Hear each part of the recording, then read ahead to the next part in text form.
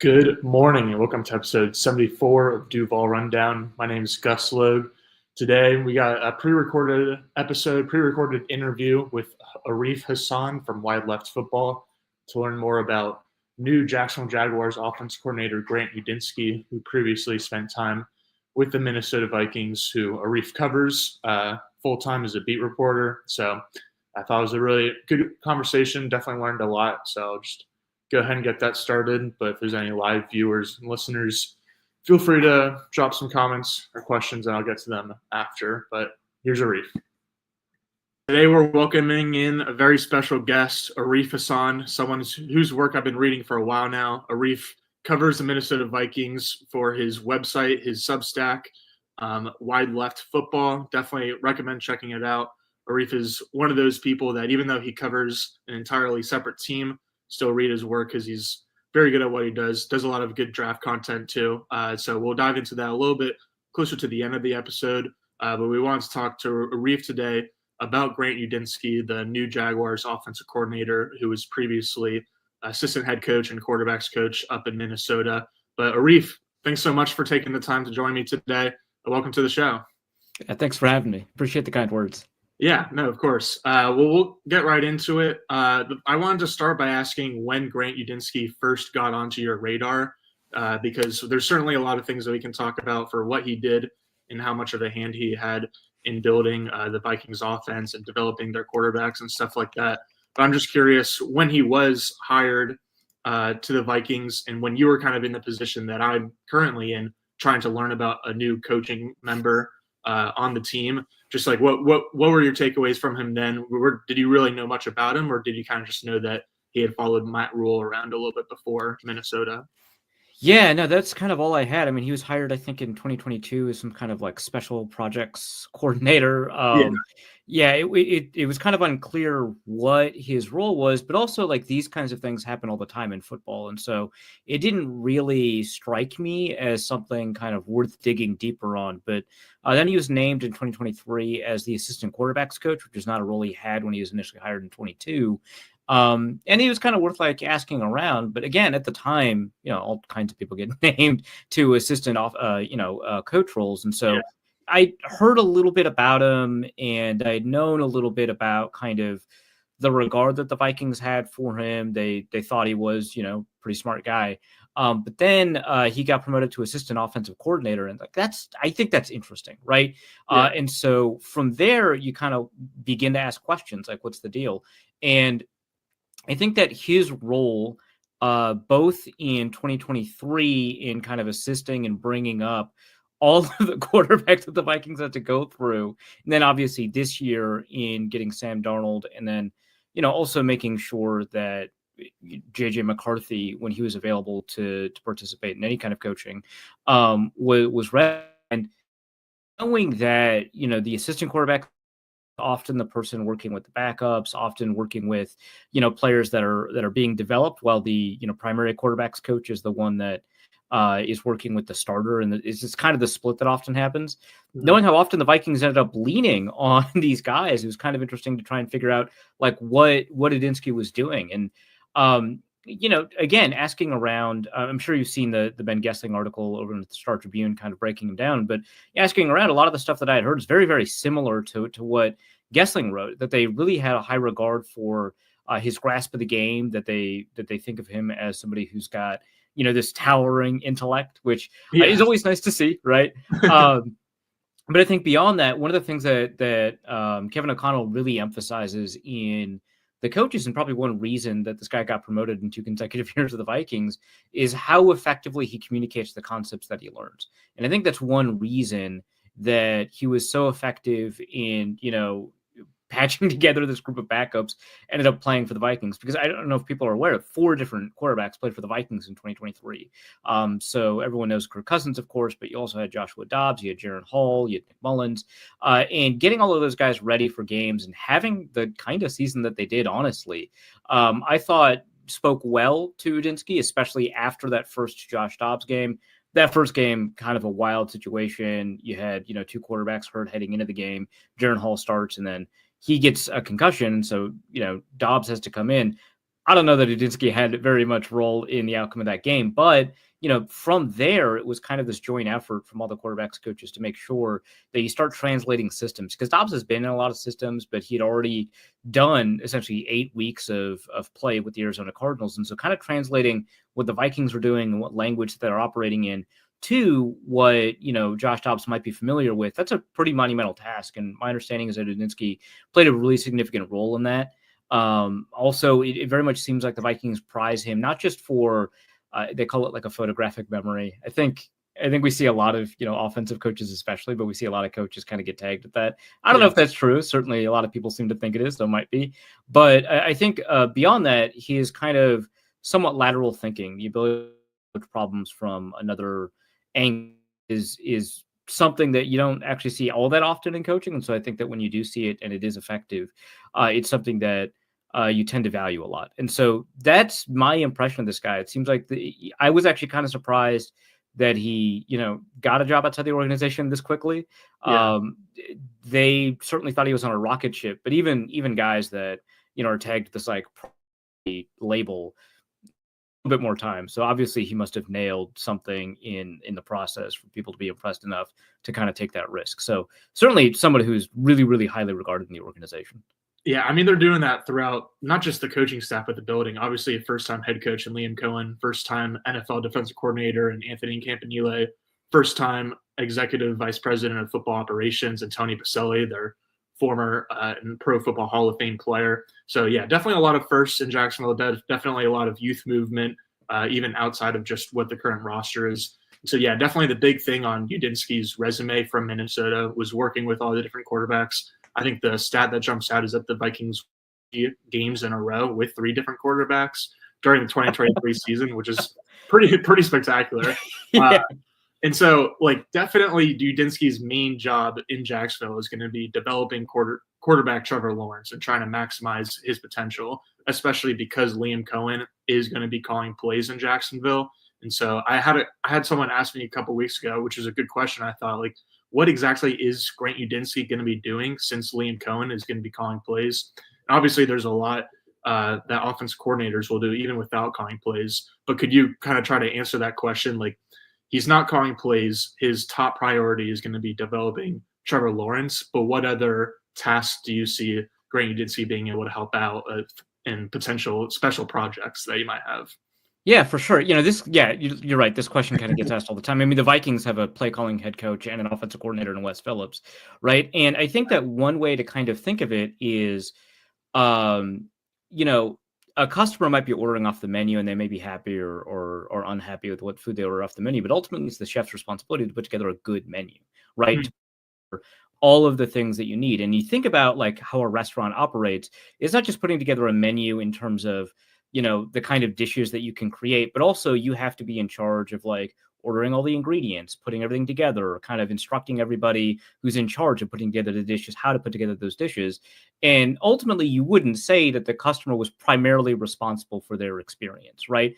Mm-hmm. They're at the end of the line. If they order something that they know they're not going to like, well, that's on them. But for the most part, the entire restaurant experience is built around the person who puts together the menu. And I think an offensive coordinator can have that role without calling the plays. They can put together all the plays. They can make sure that everybody involved in the process of executing these plays, whether it's the offensive lineman, the quarterback, the other coaches, has kind of everything together to make sure that they get what they need to get done, sets the priorities for kind of what they'll be focusing on. So for example, if you know that you're heading into the game, so from a game planning perspective, heading into the game that there's a weakness in the opposing linebacker just in terms of being able to run up the seam, and you can get them to call defensive plays that has that linebacker in that position so you can get your tight end up against that linebacker, then you design those plays with that in mind. And that involves a lot of scouting and making sure that you've got a good understanding of what's happening with that defense and how to get those teams into that position.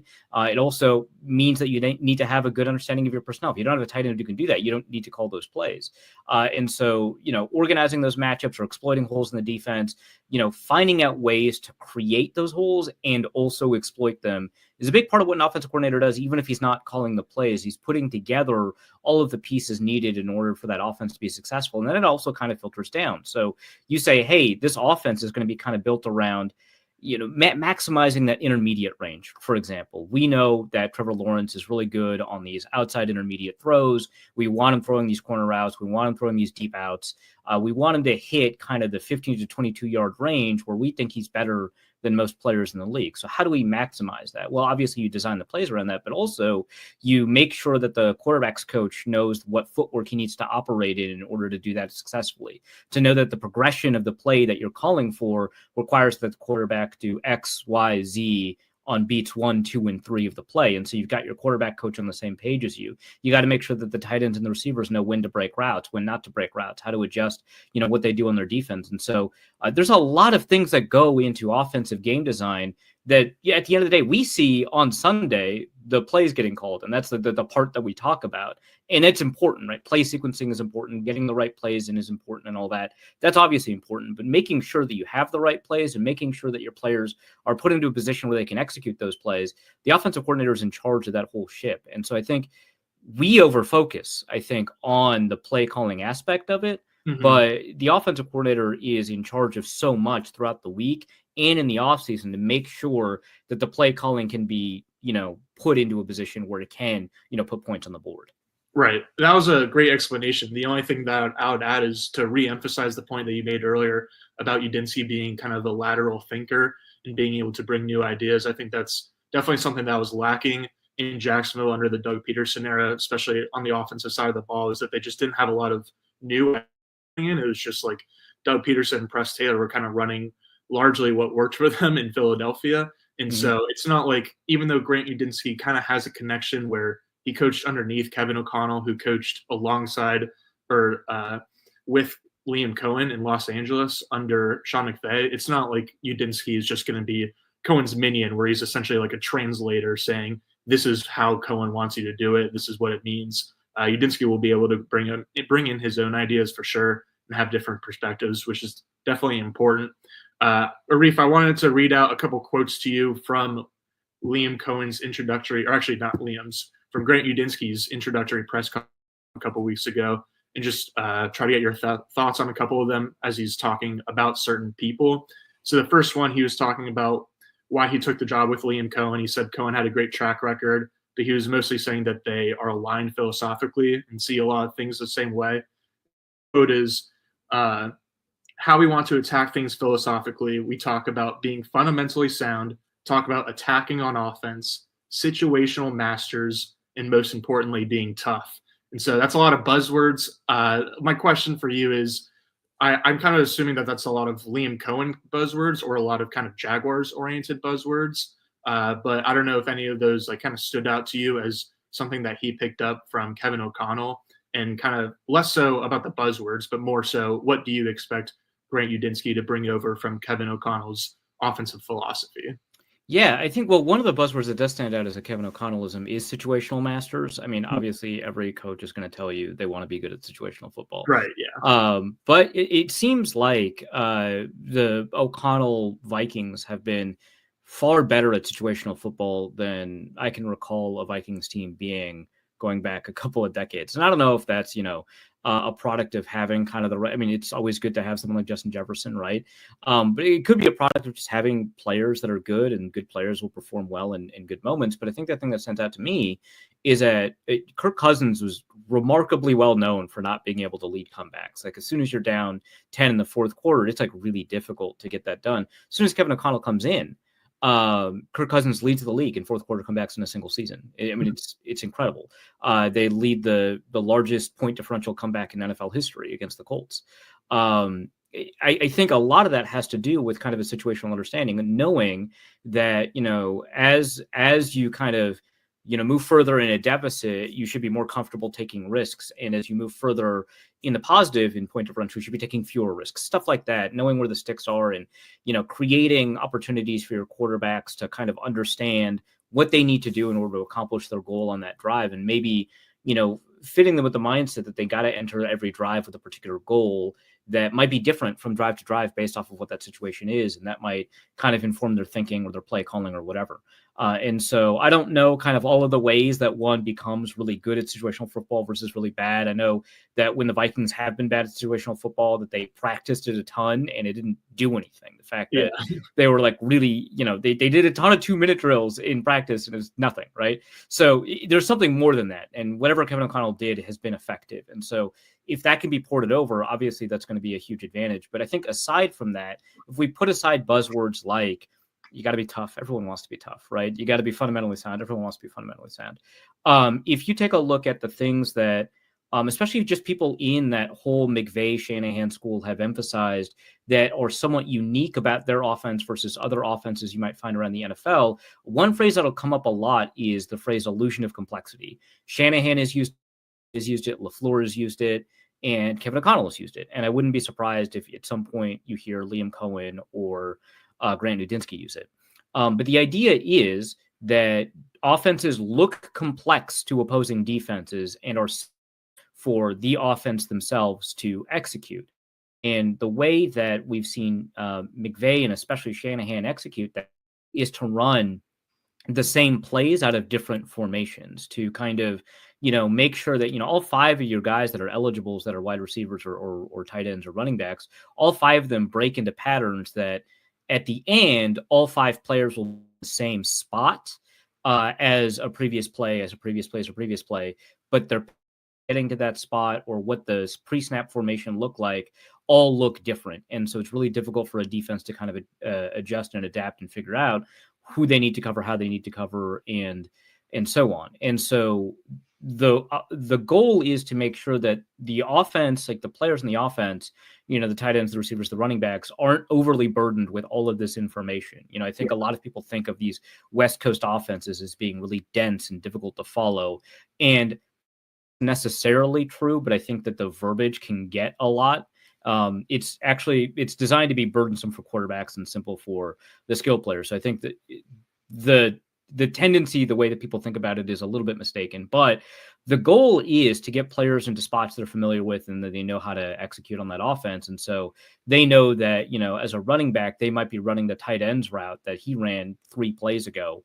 And they know kind of how to execute it for them and the spacing that they have. So I think you'll find probably that'll show up at some point, because what's really nice about this is that you can run the same plays, but generate different matchups. And with that, we saw, for Justin Jefferson, for example, won on Texas right side of the backfield for multiple touchdowns back in 23. And it's like, well, that was Dalvin Cook's route, right? And so, but like you had a different person covering that player. And so I think we're probably going to see something like that where they want to make it burdensome for opposing defenses, but they don't want that burden to get reflected back on their offense. I think that's probably going to be a hallmark of the way that this offense, maybe hopes to conduct itself. That makes a lot of sense. And that leads me into my next question, because I think the big matchup that they want to maximize, or really just that they're going to want to maximize after Trevor Lawrence, Brian Thomas Jr. Udinski said of Brian that it's hard to stay seated watching his tape during his opening press conference, which is certainly true. And so I wanted to ask you, it's hard to tell, obviously, how much Udinski had a hand in this, but just more so, how did Kevin O'Connell in the Vikings offense, how are they able to maximize Justin Jefferson, especially against double teams and like when opposing teams are really locked in on him? Because I think that like Kevin Good and the whole staff did a commendable job of kind of using Jefferson to open up space for other guys like TJ Hawkinson and Jordan Addison. But it's also commendable, even more so, how they were able to set up Justin Jefferson to be able to be the primary target on routes, even when everyone in the stadium knows the ball is going to go to him. Yeah, I think, well, first they added another guy. Getting Jordan really helped a lot. But before that, Justin Jefferson was the most doubled receiver in the NFL. I put together a chart back when Jefferson got his extension about double team rates across every receiver, and the gap is extraordinary. It's like him, huge gap, Tyreek Hill, huge gap, next guy. I think it was like Jamar Chase, which makes sense. Right. But dealing with that challenge, one, Jefferson is winning against double teams. That helps a lot. And so sometimes you can just run the play you're going to run and just know that it's going to work.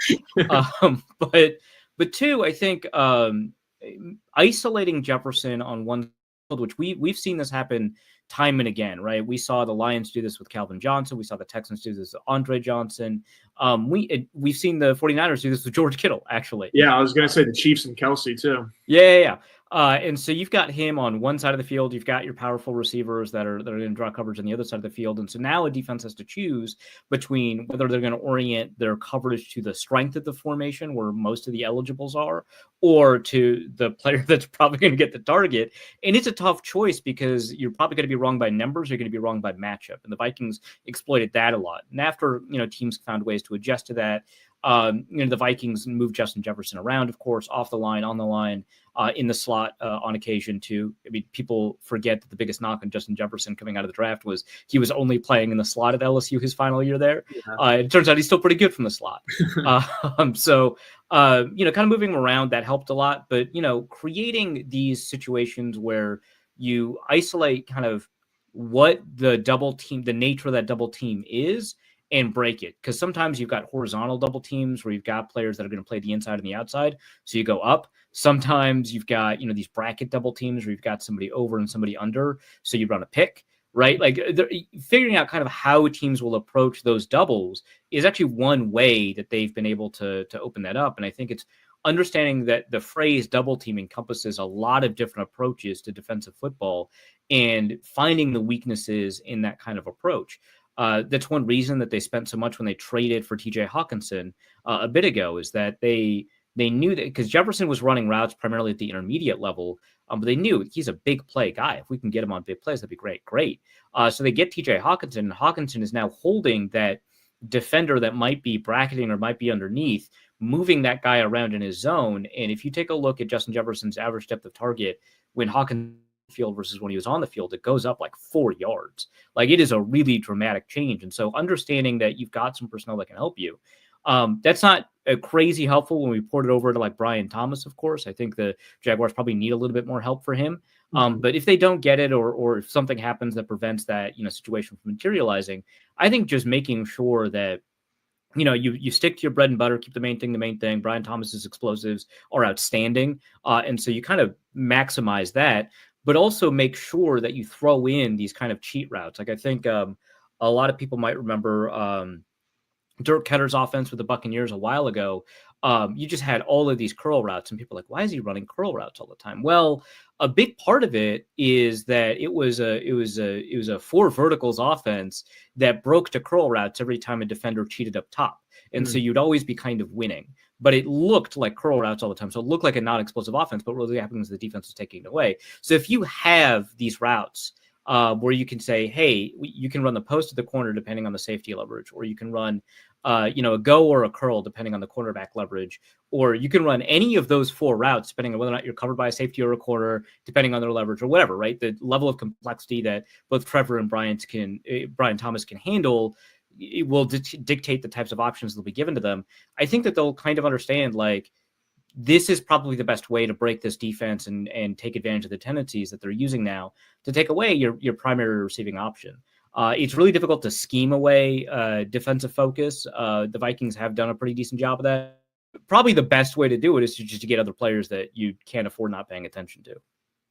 Yeah, that makes a lot of sense. And as you were saying that, I was thinking about a Liam Cohen quote from a few weeks ago where he said when he was watching Brian Thomas's film, he was pleasantly surprised by how well he did out of the slot, especially because Thomas was almost the inverse of Justin Jefferson coming out of college, where everyone saw Brian Thomas lining up outside on the perimeter about 99% of the time and running really just hitches and goes. And so I think for Cohen, it's not like, oh, he's really good in the slot. Now I can like spam slot fades and a bunch of like the cool designer routes or whatever from the slot specifically. It's just that, oh, I didn't realize that he could go into this position. And so that means that he can line up anywhere on the field. Maybe even some Texas routes out of the backfield would be pretty cool too.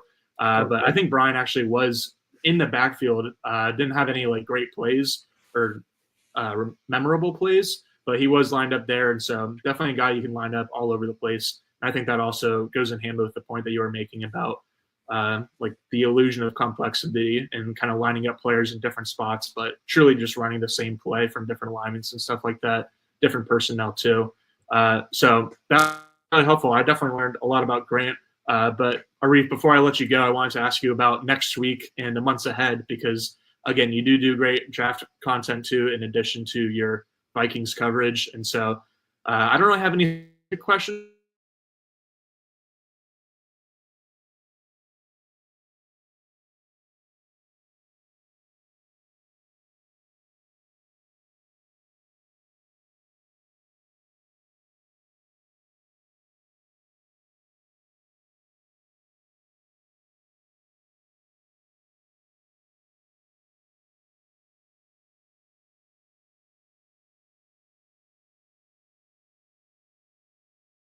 Six, 330 pounds from Minnesota. Really fantastic athlete. And if he does well enough at the combine, maybe we can move him into the first round. That'd be kind of fun. And my understanding of him is that, there's a lot of guys that have like weird quirks and behaviors, and those are kind of fun. And he's just like not that kind of guy. He's very professional, very straightforward, and also very nice, which is like, you don't have to be if you're professional, but it's good. But it's just nice. No, it's a good. It's nice. There, right? That's nice. So I'll be paying attention to that. But I think one thing that I kind of always like to remind people, or I guess two things, is one, you take a look at these workouts, you probably should have a good understanding of like what size people are performing these workouts at, because you've got, and Jordan Davis is a really great example of this, because he ran a blazing 40 for his weight, but a pretty good 40 for a defensive tackle. And so you might see that 40-yard dash time and see people kind of talk and gush about how excellent that 40-yard dash time was, not really understanding like why that's impressive until you realize you did it like 341 pounds. And so kind of always adjust these workouts for size and the fact that you're always going to have some kind of expectation for them. Obviously fast is fast. If you're the fastest guy at the combine, some team is going to be interested in you, but that's like one thing. And then the other thing is sometimes players perform well at the combine in drills that don't get reflected in how they choose to win on the field. And I see this a lot with edge rushers. There's an edge rusher from Kansas State a while ago. He's kind of the go-to example for me, Jordan Willis. I think he went in the third round or something like that. And he had this outstanding combine, but in particular, he had a really excellent 3-cone. And, that's a drill that kind of suggests a level of agility, flexibility, and so on. And that's a way that a lot of edge rushers will win, but that's not how he chose to win in college. That's not what he put on tape. He liked to win with speed, but not with a lot of flexibility. He liked to win with speed to power. And his verticals, if I remember, again, this is a while ago, if I remember correctly, his verticals were okay. They weren't outstanding. And so seeing him win in different ways than his athletic profile suggested was actually a little bit of a red flag, despite the fact that his workouts were so good. And, obviously because I'm having kind of difficulty remembering a little bit about this guy, he didn't turn into a superstar. And I think that might be kind of related to the fact that he wasn't winning to his athletic strengths, or he had kind of trained on the way to the combine in a way that emphasized his athletic weaknesses that kind of tricked a lot of people. And so that's another thing to pay attention to, is like, it's really good to great athletes. And we've seen athleticism correlate with production in the NFL. But you always have to pay attention to the way that these players approach the game and the way that they win, at least athletically, as well as obviously like mentally, emotionally, and so on. Otherwise, you could find yourself kind of like holding a bag of goods, right? That you have no idea what's going on, why this super athlete, isn't performing the way that you would. So those are kind of my 2 bits of advice as people kind of, watch the combine, absorb the numbers, see all the little cards pop up about like, oh, this guy's like a 10.0 RAS or something like that. It's fantastic stuff. And I love seeing athletes just be athletes. It has its own entertainment value, but in terms of projection to the NFL, like, pay attention to the way that players perform on the field, in addition to how those workouts, translate to a generic player at the same position. Right. That makes sense. Well, Arif, appreciate that advice. Appreciate all of your knowledge today on the draft, but also mostly Grant Udinski, the new Jacksonville Jaguars offensive coordinator. You can check out Arif's work at Wide Left Football. Do me a favor, let everyone know where they could find your work. Yeah. So obviously Wide Left Football, but you can find me on Twitter at Arif Hasan NFL. I'm also on Blue Sky at Arif.bsky.social.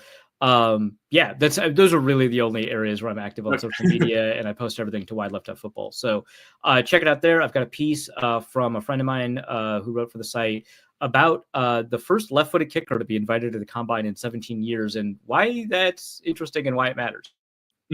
Yeah, I think that's a great example of the kind of stuff that you and your team kind of work on, is that it's great Vikings coverage, and you're definitely going to learn a lot about the Vikings, but you're also going to learn a lot about interesting stories and unique angles that, again, for people like me who just care about the Jaguars or not the Vikings, you can still definitely learn a lot. And so always learn a lot from you, Arif. Really appreciate your time.